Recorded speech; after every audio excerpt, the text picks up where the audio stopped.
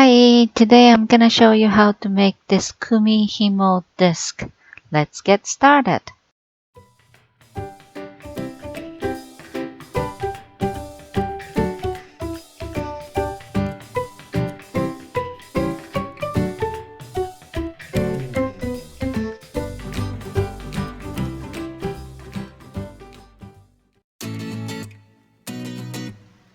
Two types of Kumihimo Braid Disk.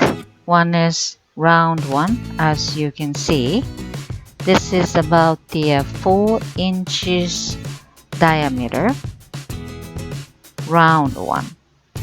And there is 32 cuts on the edge. Okay? You have to cut evenly.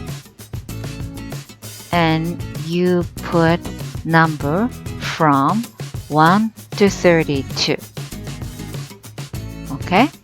And there is hole in the middle. And this one is square one. Okay? 1.5 inch square. And again, same as round one, you need to cut on the edge. There's a hole in the middle too. Top part from 1 to 12. And bottom part 1 to 12. But the difference is, as you can see, there's a circle one.